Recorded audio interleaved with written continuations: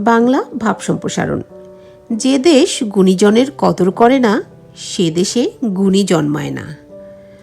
মূল ভাব: মানুষের প্রতিভা ও গুণাবলীর সঠিক মূল্যায়ন সমাজ ও রাষ্ট্রের উন্নতির জন্য অত্যন্ত গুরুত্বপূর্ণ।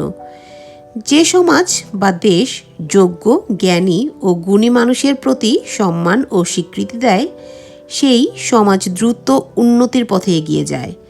এই চিরন্তন সত্যকেই প্রকাশ করে উক্তিটি, যে দেশ গুণীজনের কদর করে না, সে দেশে গুণী জন্মায় না।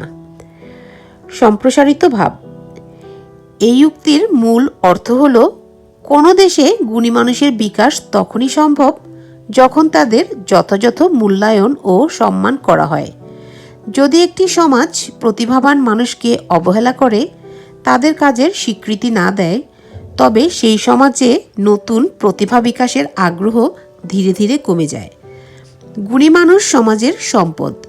তারা তাদের জ্ঞান, দক্ষতা ও কর্মের মাধ্যমে সমাজ ও দেশকে উন্নতির পথে নিয়ে যান। কিন্তু যদি তাদের অবমূল্যায়ন করা হয়, তবে তারা হতাশ হয়ে পড়েন এবং তাদের প্রতিভা প্রকাশের সুযোগ পান না। এর ফলে নতুন প্রজন্ম ও অনুপ্রেরণা হারায়।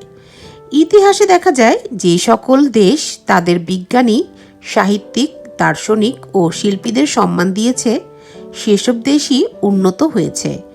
কারণ প্রতিভা বিকাশের জন্য প্রয়োজন উৎসাহ, সম্মান ও অনুকূল পরিবেশ।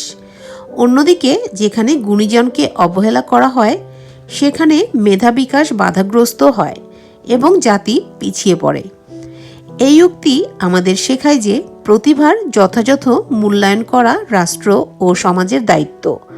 গুণী মানুষকে সম্মান ও সুযোগ দিলে নতুন প্রজন্মও অনুপ্রাণিত হয় এবং দেশ উন্নতির শিখরে পৌঁছাতে পারে। মন্তব্য: সুতরাং যে দেশ গুণীজনের কদর করে না, সে দেশে গুণী জন্মায় না। এই বাণী আমাদের গুরুত্বপূর্ণ শিক্ষা দেয়। একটি জাতির উন্নতি নির্ভর করে গুণী মানুষের বিকাশ ও তাদের মূল্যায়নের ওপর। তাই আমাদের উচিত প্রতিভাবান মানুষকে সম্মান করা এবং তাদের বিকাশে সহায়তা করা, যাতে দেশ অগ্রগতির পথে এগিয়ে যেতে পারে।